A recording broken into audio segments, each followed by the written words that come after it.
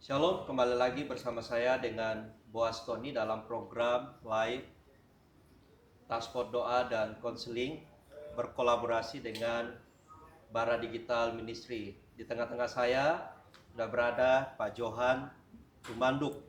Beliau merupakan Ketua Bidang 3 Organisasi MPK.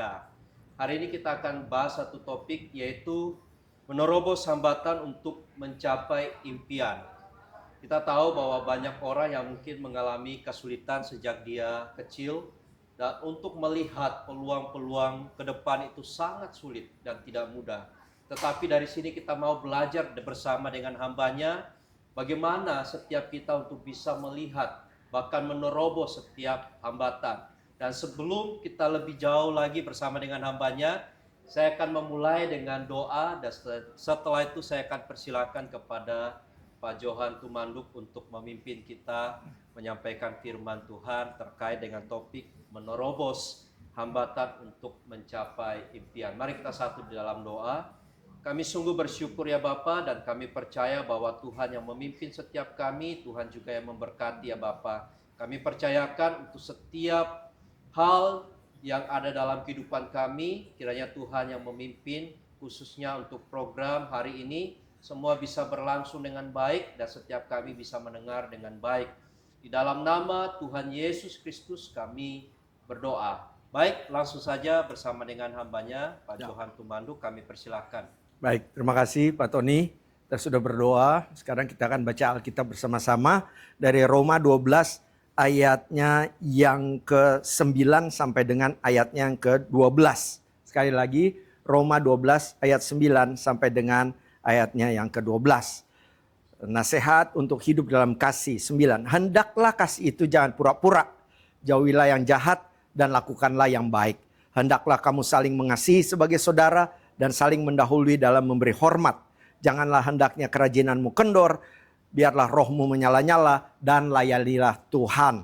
Bersukacitalah dalam pengharapan, sabarlah dalam kesesakan, dan bertekunlah di dalam doa. Demikianlah firman Tuhan, terpujilah Kristus, haleluya. Saudara-saudara, Pak Tony yang saya kasih dalam Tuhan Yesus Kristus. Kalau kita bicara bagaimana menerobos hambatan, ya, kita bisa belajar dari Paulus. Jadi surat Roma ini yang menulis adalah Paulus. Ya, ketika dia menyemangati orang-orang di Roma supaya mereka tetap bertahan, tetap teguh menghadapi penganiayaan yang saat itu sedang dialami oleh teman-teman di gereja pertama ini. Saudara-saudara, kita tahu ya hidupnya Paulus. Paulus ini adalah seorang yang sangat membenci pengikut Kristus awalnya. Lalu kemudian ia meminta surat kuasa dari Mahkamah Agama untuk mengejar orang-orang Kristen, membunuh dan menyiksa mereka. Ya, lalu kemudian dalam perjalanannya ke Damsyik, ini penting. Ya, ini terjadi yang namanya peristiwa Teofania, yaitu perjumpaan Paulus dengan Tuhan. Di Kisah Para Rasul 9, ya, di situ di ayat 3, 4, dan 8. Sekali lagi ya, Kisah Para Rasul 9 ayat 3, 4, dan 8. Ketika dia sedang membawa surat kuasa itu untuk mengejar murid-murid Kristus itu dan menyiksa serta membunuh mereka, di satu tempat sebelum dia memasuki kota Damsyik, Damaskus sekarang, dia berjumpa dengan dengan Tuhan. Ya, cahaya menyelimuti matanya sampai dia buta. Ya, sampai dia buta. Di 3:4 itu ditanya, "Siapakah engkau?" Lalu kemudian Yesus menjawab, "Akulah Yesus Tuhan yang engkau aniaya." Lalu kemudian dia tidak bisa melihat. Dia harus dituntun, dipapah, dan saat itu juga pertobatan Paulus terjadi. Kenapa bertobat? Paulus ini bukan orang bodoh. Paulus ini orang pintar. Dia adalah murid daripada Gamaliel, ya, guru agama Yahudi yang sangat terkenal, dan dia dianggap akan meneruskan ya perannya Gamaliel ini sebagai guru agama Yahudi. Dia tahu persis soal agama Yahudi, dia tahu persis soal iman, dan oleh karena itu ketika dia buta, dia langsung terpikirnya apa? Kalau Yesus mau bunuh dia saat itu, terjadi bunuh. Paulus bisa mati di situ.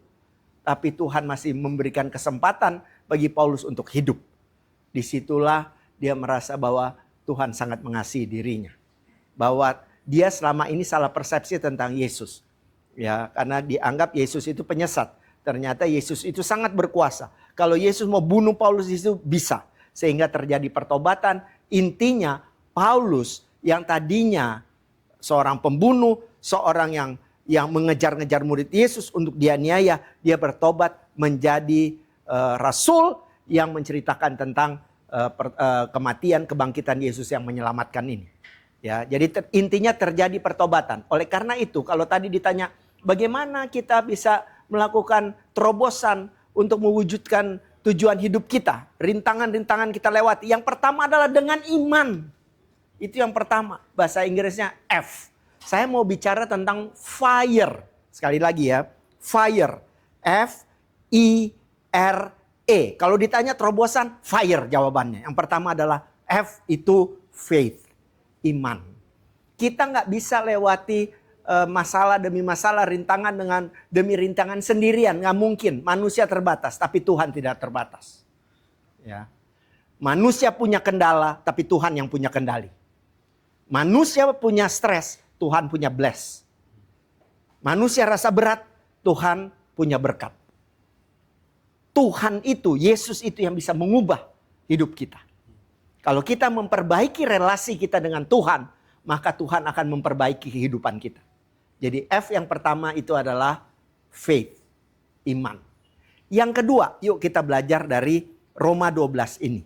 Ya, tadi saya sudah bacakan Roma 12. Apa saja.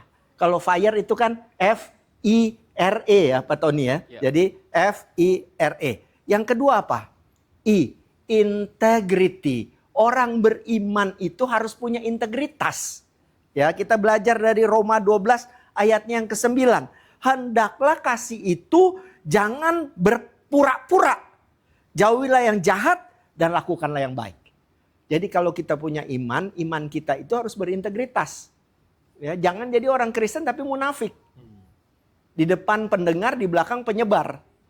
Di depan itu kelihatannya keren banget tapi di dalamnya busuk. Ini banyak sekarang di zaman sekarang ini. Bahwa ada banyak orang Kristen tidak otentik. Tapi kita diingatkan, jadilah orang Kristen yang otentik. Kalaupun Anda dengan otentisitas iman Anda menghadapi tekanan, ya diremehkan, Anda harus menganggap bahwa tekanan itu adalah bahan bakar kita. Ya, tekanan adalah bahan bakar. Tetap hadapi. Jadilah orang Kristen yang otentik. Ya, nggak usah munafik. Jangan ke kiri ke kanan. Kadang abu-abu. Jangan. Tetap ya di atas ya, tidak di atas tidak. Jadi pertama iman, yang kedua apa? Integritas. Saya percaya kalaupun kita jatuh kita tidak fatal.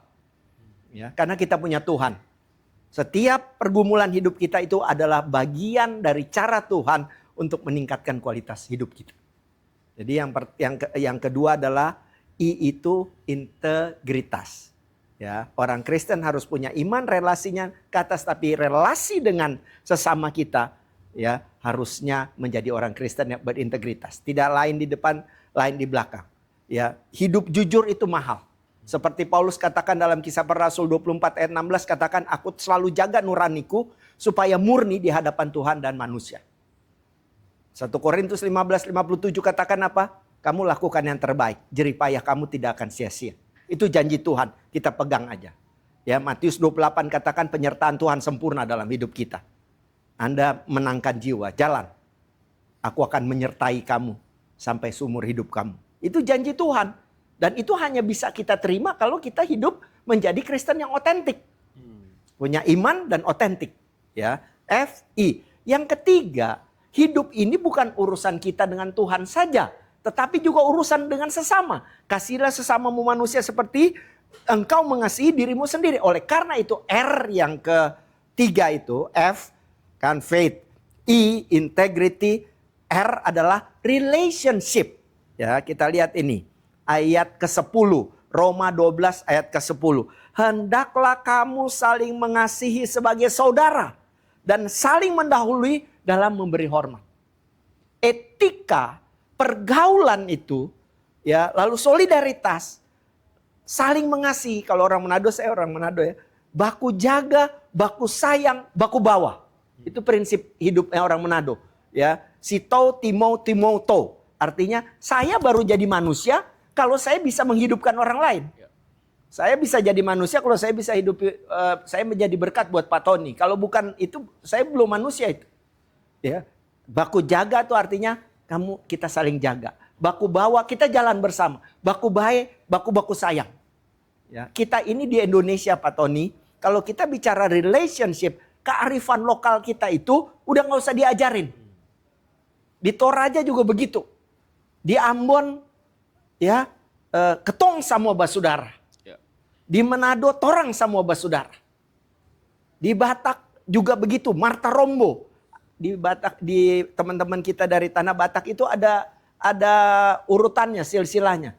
Yang muda sangat menghormati yang tua mengayomi. Ya, di Jawa pun begitu. Hono coroko doto sowolo podocoyo nyong mogo potongo. Itu prinsip hidupnya orang Jawa. Lebih baik kita bermusyawarah daripada kita saling berkelahi satu dengan yang lain. Jadi setiap suku bangsa di Indonesia ini punya kearifan lokal soal kebersamaan ini. Jadi kita nggak usah diajarin lagi soal seperti jadi ketika nasihat Paulus ini dikumandangkan di Indonesia ini, kita sebenarnya apalagi dengan Bhinneka Tunggal Ika kita. Nah, cuma masalahnya ketidakotentikan kita ini yang seringkali kedagingan kita ini mau menguasai. Kita ini mesti cerdas dalam bergaul. Tahu nggak bedanya pintar dengan cerdas? Kalau pintar cepat dikasih tahu A, B, C, D dihafalin. Pintar. Orang Indonesia pintar. Tapi seringkali kita kurang cerdas. Apa itu kecerdasan? Bukan cuma cerdas untuk menangkap apa yang disampaikan orang. Tetapi cerdas untuk memberdayakan orang lain. Bekerja sama dengan kita untuk mencapai tujuan. Itu cerdas. Ya, jadi kalau kita mau menerobos, yang pertama iman kita mesti kuat. Yang kedua kita tampil apa adanya. Tidak perlu divalidasi oleh orang lain. Karena kita memerlukan validasinya cuma dari Tuhan. Jalan saja, maju saja. Yang ketiga adalah ayo kita saling menghormati satu dengan yang lain. Dan yang terakhir ya adalah soal semangat dan ketabahan. E itu adalah enthusiasm. Enthusiasm. Fire itu faith, integrity, relationship. E-nya adalah enthusiasm. Apa itu enthusiasm? Enthusiasm berarti entheos. Entheos dalam bahasa Yunani, en di dalam. Theos, Tuhan. Di dalam kita itu ada Tuhan. Oleh karena itu Roh Kudus ada dalam hidup kita ini. Dikasih dunamis, semangat. Ya, dinamit itu kan dari kata dunamis itu. Bahwa kekuatan yang berasal dari Tuhan yang besar dalam hidup kita untuk terus melaksanakan misi Tuhan. Ya, oleh karena itu kita mesti semangat. Tidak boleh menyerah. Apalagi anak-anak muda, gak boleh nyerah. Baru putus pacaran aja udah menyerah. Ya, berakit-rakit ke hulu bernarang kemudian mantan sudah di penghulu, beta masih kesepian. Yang kayak gitu jangan jadi cengeng, jangan jadi generasi stroberi gitu. Luarnya bagus, manis, tapi dalamnya kosong. Ya, ayo maju terus, harus maju terus. Pantang menyerah. Kalaupun kita hadapi masalah, sekali lagi ya, ayat 12, ini ayat terakhir. Bersukacitalah dalam pengharapan. Tetap bersukacita. Tetap berharap. Karena kita tahu kita punya pengharapan yang sejati. Siapa? Kristus. Ya, dia mati buat kita. Saya yakin. Rangkulan dan kasih sayangnya akan terus menyertai kehidupan kita. Jadi sabarlah dalam kesesakan. Setiap orang pasti punya pergumulan. Tapi dalam pergumulan itu tunjukkan prestasi. Bukan depresi. Ya. Dan yang terakhir adalah bertekunlah di dalam doa. Ini paling penting Pak.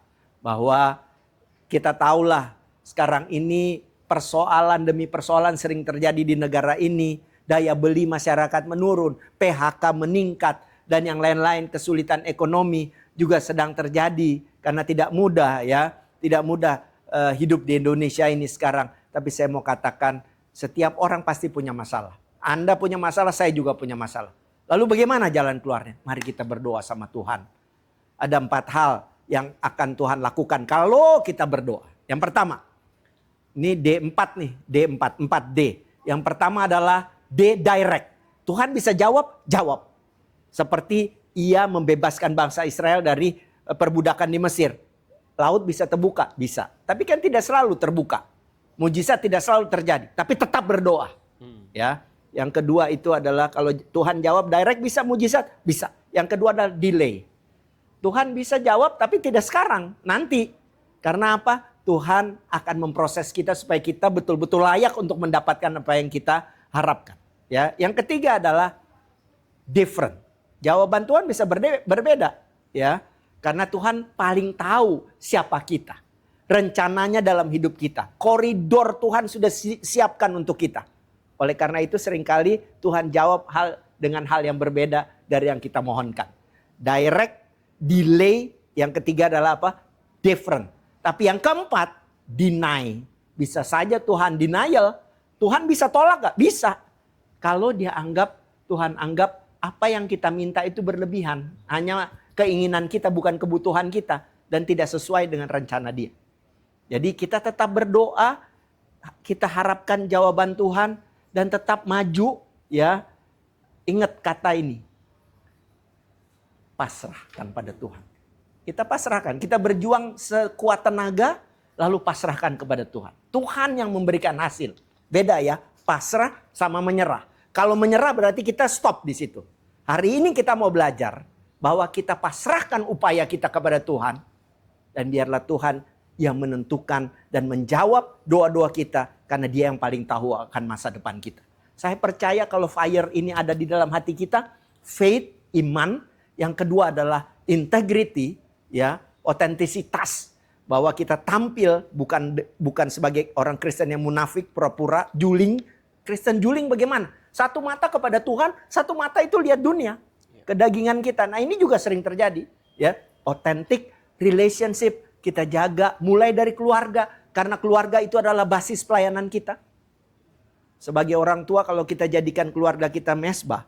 Ya, kita akan kerja keras untuk membahagiakan keluarga kita. Sehingga keluarga kita itu jadi berkat untuk memuliakan Tuhan. Kalau kita anak, jadikan keluarga kita sebagai basis pelayanan kita. Kita akan melakukan yang terbaik sebagai anak untuk membahagiakan orang tua kita dan membahagiakan Tuhan. Karena buat seorang anak, membuat orang tua tersenyum, itu luar biasa. Dan yang terakhir adalah enthusiasm. Ya, relationship dimulai dari keluarga, yang terakhir adalah enthusiasm. Jangan pernah menyerah. Tetap maju. Apapun yang terjadi Anda maju. Kristennya Kristen ulat. Kok Kristen ulat? Iya, pernah lihat ulat berjalan mundur? Nggak pernah. Ulat tidak pernah berjalan mundur. Biar maju tapi tetap maju. Biar pelan dia tetap maju. Lalu kemudian enthusiasm itu tidak membanding-bandingkan Pak Tony. Gak usah membanding-bandingkan orang lain kenapa cepat, kita kok lambat. Gak usah berpikir gitu. Tuhan punya cara Tuhan sendiri. Yang terbaik bagi kita dan orang lain. Ingat ya, Tuhan menciptakan kuda yang larinya cepat. Tapi Tuhan juga menciptakan kura-kura. Dua-dua ini, kuda dan kura-kura masuk ke bahtera Nuh. Artinya apa? Tuhan sudah siapkan yang terbaik buat kita. Ya, jangan nggak usah banding-banding, tetap lakukan yang terbaik. Ya, lalu kita betul-betul bersandar kepada Tuhan. Saya percaya jawaban Tuhan luar biasa dalam hidup saudara dan saya. Kira-kira begitu. Amin. Amin. Thank you Pak Johan, luar biasa. Ya. Semangat yang menggebu-gebu ya di dalam menyampaikan firman Tuhan pada saat ini. Nama saya Johan, jadi enjoy dan hangat ya, enjoy dan hangat. Memang saya enjoy dan hangat. Oke, boleh minum ya kopi? Boleh. Terima kasih Pak Johan. Pak Johan ada beberapa pertanyaan Pak. Pak, ada yang berkata bahwa sebenarnya pengalaman itu guru terbaik. Dalam perjalanan kehidupan Pak Johan, melihat generasi muda yang ada saat ini. Sebenarnya banyak generasi muda itu yang tentunya punya impian, semangat, dan bahkan berjuang Pak saat ini. Tapi apa sih sebenarnya penyebab kegagalan mereka Pak yang utama? Ya gini, ini penting nih, pertanyaan ini bagus ya. Bahwa hidup kita itu 6P sebenarnya. Saya sering pakai angka-angka tuh ya. 6P. Tadi kan doa 4D. Direct, delay, different, denial. Ya, tolak. Tapi semuanya merupakan cara Tuhan untuk meningkatkan kualitas hidup kita. Ya, jawaban Tuhan itu. Tapi sekarang saya mau tanya, kenapa banyak gagal? Orang itu perjalanan hidupnya tuh 6P. Yang pertama adalah purpose. Kita itu diciptakan dengan purpose. bahwa kita itu hidup untuk memuliakan Tuhan. Itu satu. Yang kedua, P itu adalah proses. Tiap orang pasti akan jalanin proses. Yang ketiga adalah problem. Orang yang menjalankan satu proses pasti akan muncul problem, Pak. Yang keempat, ini yang paling penting. Ini yang namanya persistence. Jadi ada problem, tapi kita tetap persisten. Persisten dengan konsisten beda. Kalau persisten itu, kalau konsisten kan melakukan hal yang sama setiap hari. Konsisten. Kalau persisten, hal yang sama tapi intensitasnya beda. Karena dia melakukan itu untuk mewujudkan tujuan P pertama ini. Ya, persisten. Kalau orang persisten, Tuhan itu tidak pernah tidak perhatikan dia. Ya, dunia juga pasti deh. Yang kelima itu adalah promotion. Ya, jadi saya ulang nih. 1 purpose, 2 adalah proses, 3 adalah problem. Pasti ada problem. 4 harus persisten. Semangat, terus dalam iman, ya, percaya bahwa Tuhan tolong kita. Yang kelima adalah promotion. Pasti usaha kita membuahkan hasil cepat atau lambat. Yang keenam, P keenam adalah praise the Lord. Hidup kita adalah untuk memuliakan Tuhan. Jadi purpose dari Tuhan ujungnya adalah memuliakan Tuhan. Anak-anak muda bahkan orang tua juga seringkali tidak menyadari hal ini, bahwa hidup mereka adalah milik Tuhan. Gitu, seringkali kita jadi kehilangan penguasaan diri, ya. Makanya penguasaan diri sebagai orang Kristen itu penting, Pak. Gitu. Seringkali kita menghadapi situasi yang sulit aja, kita udah mau menyerah. Kita lupa bahwa hidup kita dikuasai oleh Tuhan. Roh Tuhan bekerja dalam hidup kita. Ya, kegagalan itu adalah cara Tuhan untuk membuat kita lebih dewasa. Gitu. Jadi anak-anak muda nih harus punya fighting spirit yang kuat. Survival mode-nya juga mesti kuat. Dan dia nggak boleh cepat berputus asa. Oleh karena itu, saya mau katakan apa supaya tidak gagal, ya, bersihkan lingkunganmu. Detoxify your circle. Detoxify your circle. Saya ulang ya, detoksifikasi lingkungan Anda. Anda cari teman yang sama-sama pengen maju deh. Anak-anak muda, ya, anak profesional muda dan yang lain-lain, kita mesti sama-sama cari teman yang punya tujuan hidup. Gitu. Jangan cuman menikmati hidup, tapi yang punya tujuan hidup. Supaya kita tuh bisa sama-sama mencapai tujuan itu secara bersama-sama. Anda kalau berkawan dengan 4 orang penjudi, bisa jadi Anda akan jadi penjudi yang kelima. Kan itu selalu orang bilang. Anda akan bermain dengan 4 orang yang betul-betul punya mentalitas kuat. Anda akan jadi orang dengan mentalitas kuat yang kelima. Gitu. Nah, jadi detoxify your circle itu artinya Anda benar-benar jaga lingkungan. Mulainya dari mana? Saya selalu berkata, dimulainya dari keluarga. Peran orang tua itu sangat penting. Juga peran anggota keluarga penting. Anda bayangkan kalau seorang bapak tidak didukung oleh ibu dan anak-anak, dia juga cepat merasa frustasi. Kenapa? Karena dia merasa bahwa dia tidak dihargai di rumah. Ibu juga begitu. Ibu itu perhiasan surgawi di tengah-tengah rumah tangga. Ibu itu kan istri yang cakap lebih berharga dari permata. Amsal 31 ayat 10 katakan demikian. Tapi kalau suami dan anak-anaknya tidak menghargai dia akan merasa bahwa dirinya itu cuma sebagai babu doang gitu di rumah. Nah, ini nggak benar kayak anak-anak juga begitu. Dibilang anak panah, anak-anak harta yang paling berharga, pokok anggur di sekeliling meja, dan yang lain-lain banyak. Janji Tuhan banyak tentang anak. Tapi kalau orang tuanya tidak mendidik dia dengan baik, bagaimana anak ini bisa bertumbuh? Jadi kalau ditanya tadi kenapa banyak yang gagal, faktor juga banyak. Oleh karena itu, 1, Anda mesti beriman. 2, Anda berdoa sama Tuhan. 3, Anda mesti tahu kehendak Allah. Banyak-banyak baca Alkitab. Tapi yang keempat juga yang penting adalah Anda mesti ada di lingkungan yang punya semangat yang sama. Supaya Anda juga bisa terdampak dengan semangat itu untuk bersama-sama mewujudkan visi hidup itu. Wow, terima kasih Pak Johan. Ini sesuatu yang sangat baik untuk kita dengarkan ya bagi setiap generasi muda yang ada yang menyaksikan saat ini. Pak Johan, terkadang kan kita nggak bisa memilih ya. Yeah. Kalau lingkungan kita bisa pilih, tapi kalau keluarga di tengah-tengah kita, orang tua yang tidak support dan sebagainya, sehingga itu yang menghambat. Lalu kita sudah punya semangat Pak dalam menjalani. Nah, satu pertanyaan Pak, ketika di tengah-tengah lingkungan seperti itu, bagaimana kita bisa menjaga Pak semangat untuk terus melihat bahwa ada penyertaan Tuhan. Kalau ini saya belajar dari Bill Gates lah. Bill Gates bilang gini, Kalau Anda lahir miskin, Anda nggak ada yang salah dari diri Anda. Tapi kalau Anda mati miskin, ada yang salah dalam diri Anda. Gitu. Jadi maksudnya begini, hidup ini kan lebih kurangnya juga banyak tergantung pada kita. Gitu. Kita juga harus punya relasi yang kuat dengan Tuhan, lalu berani membuat keputusan yang sesuai dengan kehendak Tuhan. Gitu. Kalau misalnya orang tuanya ternyata tidak support atau berkelahi terus, KDRT terjadi dan yang lain-lain, kita kan bisa berdoa sama Tuhan, Tuhan pulihkan keluarga saya, tapi juga kuatkan diri saya supaya saya bisa melewati masa-masa sulit ini dan pada satu saat nanti saya akan jadi berkat buat keluarga saya. Gitu. Kira-kira seperti itu. Jadi jangan mau mati miskin lah, intinya kayak gitu. Jangan mau, kita terus berusaha keluar dari zona nyaman kita, dalam tanda petik zona nyaman, zona yang tidak baik pun bisa jadi zona nyaman buat kita loh. Nah, kita harus keluar dari situ, kita harus berubah, lalu kemudian jangan sia-siakan hidup ini, gitu maksud saya. Jangan sia-siakan bahwa Tuhan itu sudah kasih banyak hal dalam diri kita dan Tuhan punya tujuan bagi hidup kita ini untuk memuliakan Dia. Ya, kita jangan kalah dengan kebisingan yang ada di sekitar kita. Kira-kira gitu, Pak Tony. Thank you Pak Johan. Dan kepala keluarga, saya tahu di kepala Anda tuh berisik benar soal keluarga Anda. Tapi jangan pernah menyerah ya, Bapak Ibu sekalian, tetap saja bersemangat ya. Keluarga Anda harus, yuk kita berdoa sama-sama. Ada mesbah doa supaya jadi mesbah persembahan juga. Saya percaya, dengar baik nih Bapak Ibu sekalian, bahwa Tuhan itu tidak pernah tidak mendengar doa saudara. Dia ada, dia bekerja, tapi yang ketiga adalah Tuhan itu setia. Ya, jadi itu yang penting.